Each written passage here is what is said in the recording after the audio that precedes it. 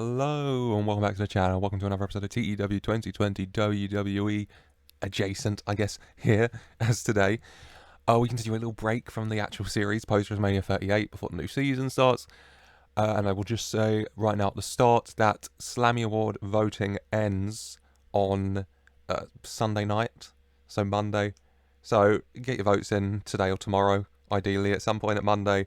UK time, let's say, people are going to be sleeping post-Mania. So, UK time, 3 p.m. So, what is that? USA, 10 a.m. East Coast, and 7 a.m. West Coast, I want to say, off the top of my head. That might be wrong, but 3, I think I said 3 p.m. UK.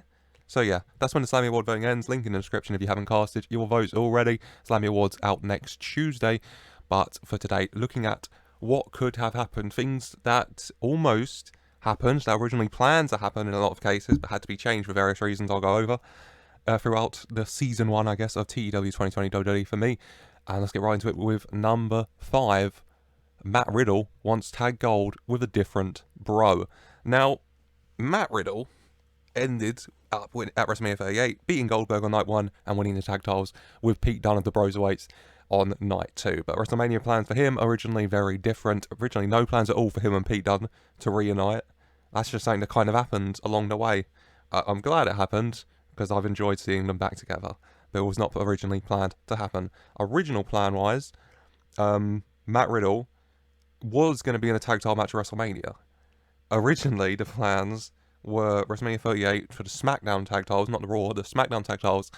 It was going to be Spanish Fly, who were still going to be champs, defending their gold against... There were 2 options. Originally, the plans were Matt Riddle and RVD. You know, we're going to call them something like The Higher Life, you know, weed, haha, very funny, 420 bro.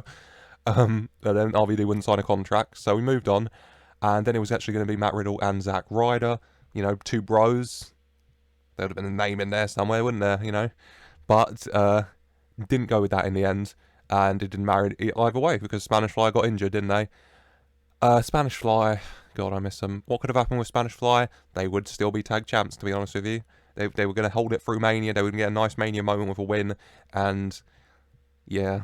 But Alfonso Bourbon is not out for too much longer, I don't think, so it'll be good to have him back and have him and Torres back together as Spanish Fly, ready to reclaim some tag team gold. Whilst Riddle did actually end up winning tag gold. You know, he stayed in a match booking wise for the tag titles in the end, but he actually won the gold on this occasion with Pete Dunne. So, I mean, this rebooking worked out very well for Matt Riddle in the end, didn't it? On to number 4 now. Number 4, Kevin Owens as just another talent. Now, Kevin Owens featured quite a bit, I guess, in the opening exchanges of this save. He had a little feud with Adam Cole, stayed in a feud with Undisputed Era.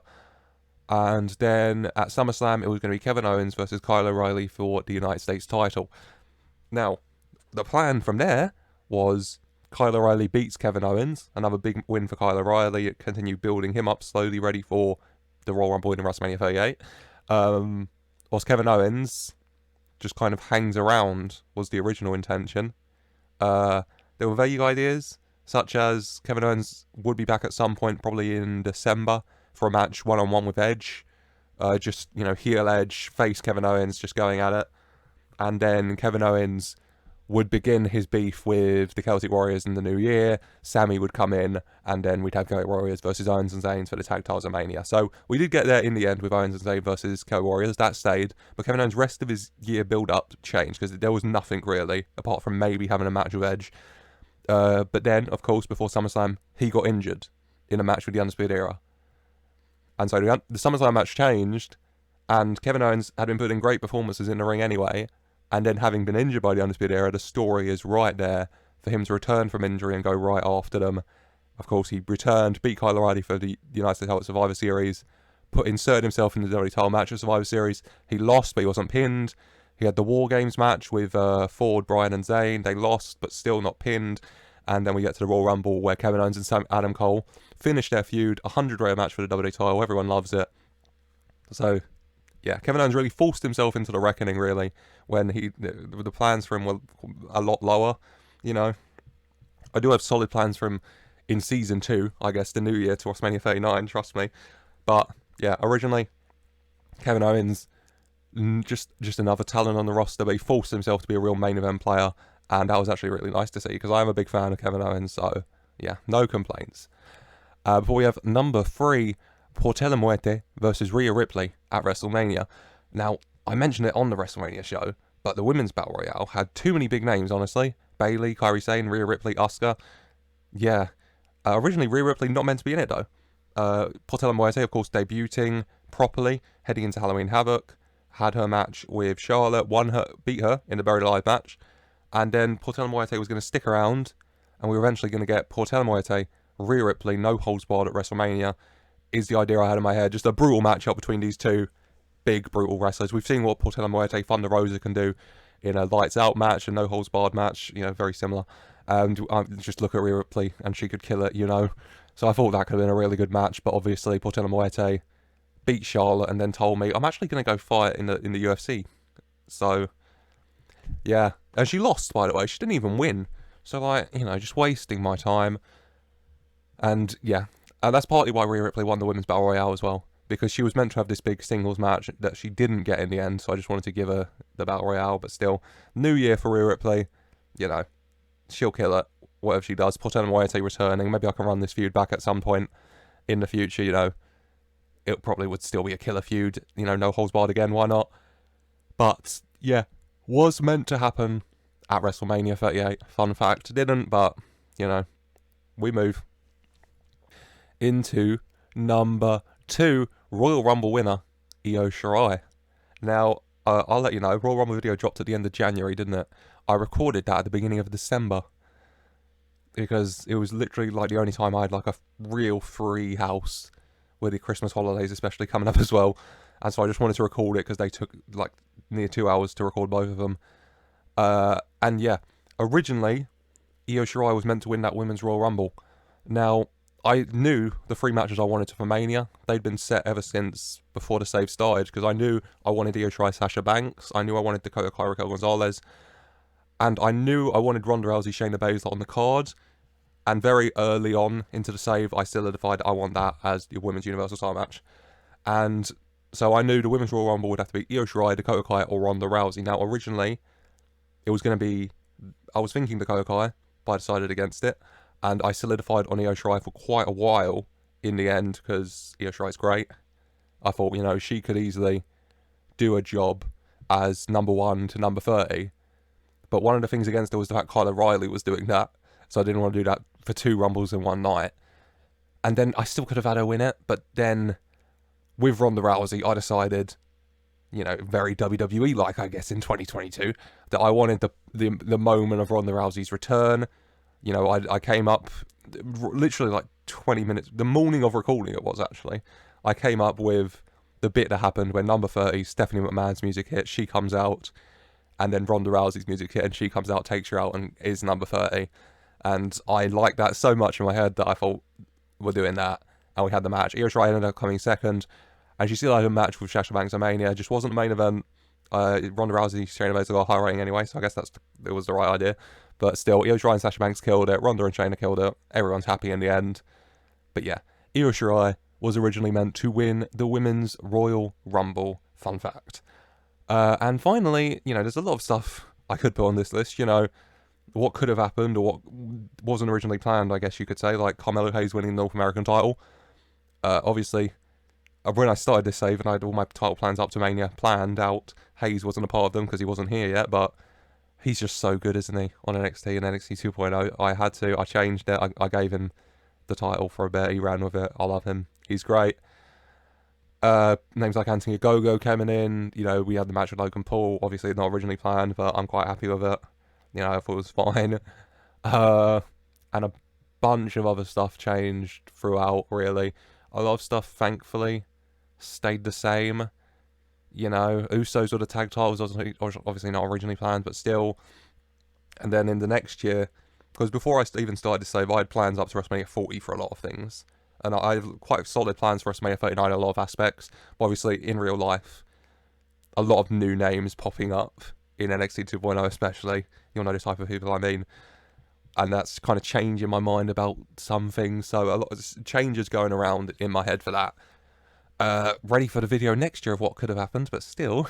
But anyway, the biggest thing, in my opinion, that could have changed, what could have happened in Season 1 of my TEW 2020 WWE save is Royal Rumble winner and WWE Champion, Roderick Strong. Now, originally, the entire year Kyle O'Reilly just had was Roderick Strong's.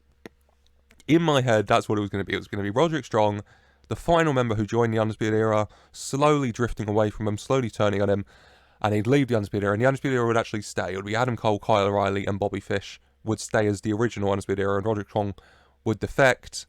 He'd have to go against Kyle, he'd have to go against Bobby, and then he'd have the match with Adam Cole at Mania after winning the Rumble.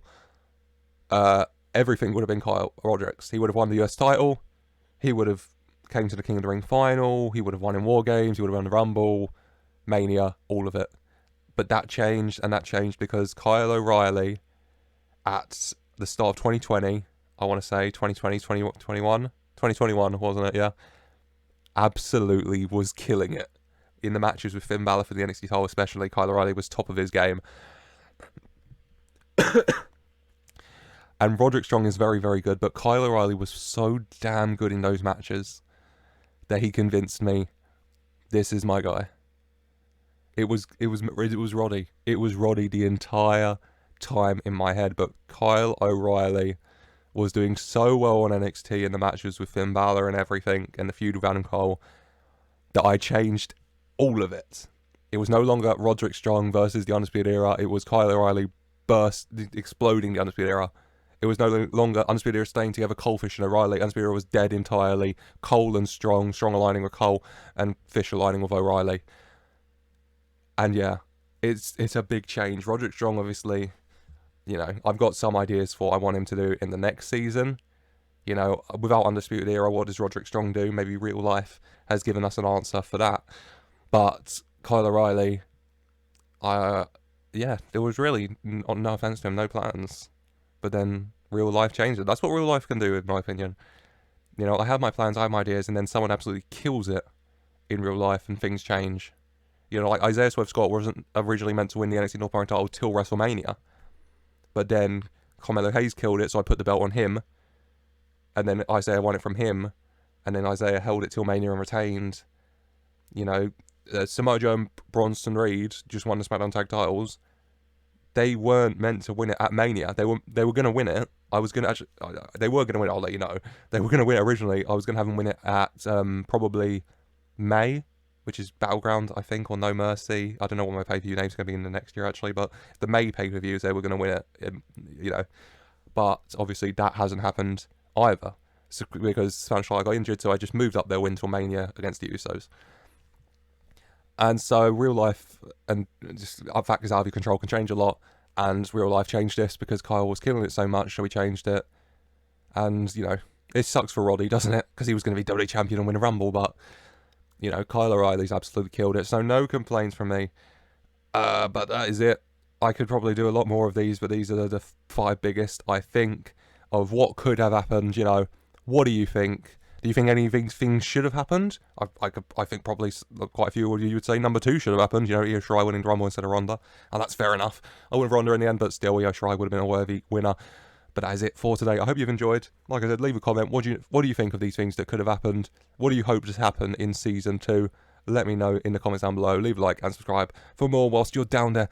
And as always, I do want to say, as, Season 2 rapidly approaching, isn't it? I have another week off, essentially, just videos like this. SLAMMY Awards on Tuesday. Get your votes in ASAP. Like I said, Monday, 3 p.m. UK time is when they close. And then next Saturday is a State of Play, State of the Universe, whatever you want to call it.